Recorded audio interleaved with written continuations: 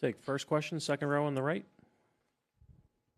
Bennedict, every day when people go out of his house, try to have a nice day. Did you thought about this, that you were going to have a good game today? Yeah, is that a true question? I pray every morning. Oh, that's what you're trying to say? No, I just pray every day. I know I'm going to have a great day. Over here on the left side, second row. Bennedict, you didn't play in the first quarter. I guess, how did you kind of stay ready mentally for when you got into the second quarter, and how do you think you've kind of grown when it comes to being ready when your number is called? Just staying ready. Whenever my number gets called, just to go in the game and do the right things and trying to have my team win. That's the whole mindset. Over on the right side, third row. Bennedict, it felt like when the bench came in the second quarter, the energy in the whole building kind of shifted. Did you feel that? Did you feel like maybe there was a little extra juice after you guys went on a run in the second? For sure. I think, having guys like TJ and Obi gets in the game and Shep, just playing hard. It's a group of guys who play extremely hard, and I think that's exactly what we needed, just to get the fans back on their feet, and everybody was cheering. So, Scott on the right. Ben, that's something as a collective, as a bench, you guys talked about, obviously knowing you needed to contribute more. Is that something as a group you talked about, or just knew you took it upon yourself whenever your moment came? I think that's our job. Like I said, just get in the game and have that mindset. I think that once we get in the game, I told the guys yesterday that we don't have as many chances of the one who start the game. Obviously, we have less minutes, but I think you just have to get in the game with the right mindset, and you just have to give it all you got, win the game. Dustin here on the left. Ben, just what got you into rhythm offensively? You're obviously able to hit a lot of those mid-rangers and threes and stuff like that. I mean, how did you find space, and what got you, just into a rhythm shooting-wise?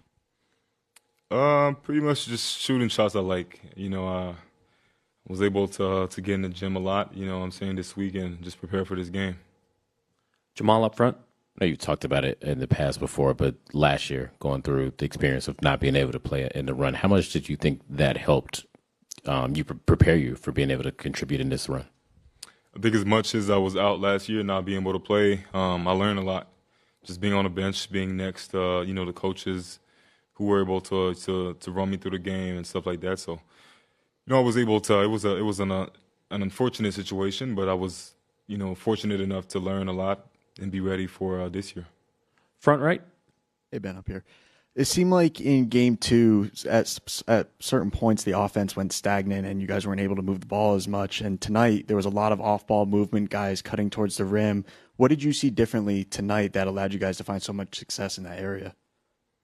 I think our aggressiveness. I think, the way we started the game, wasn't the best, but we were able to, call a timeout and pretty much execute what we usually do. And I think when we play Pacers basketball, that's the best thing that, we're going to get and the fans are going to get.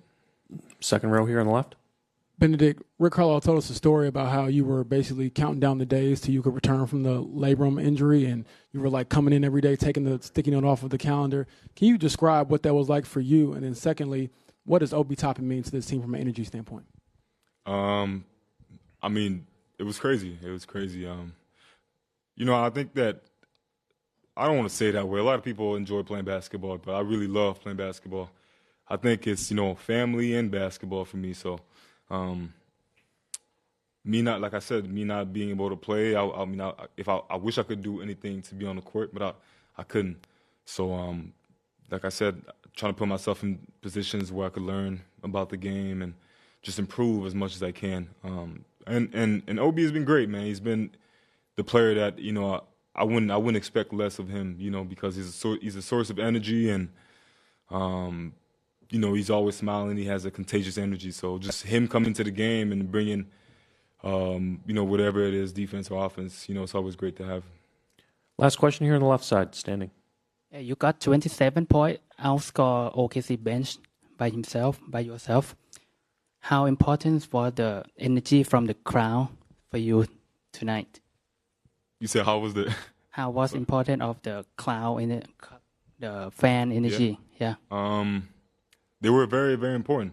You know, I think that, you know, the state of Indiana is about basketball, you know, and that's the first time that I really felt it.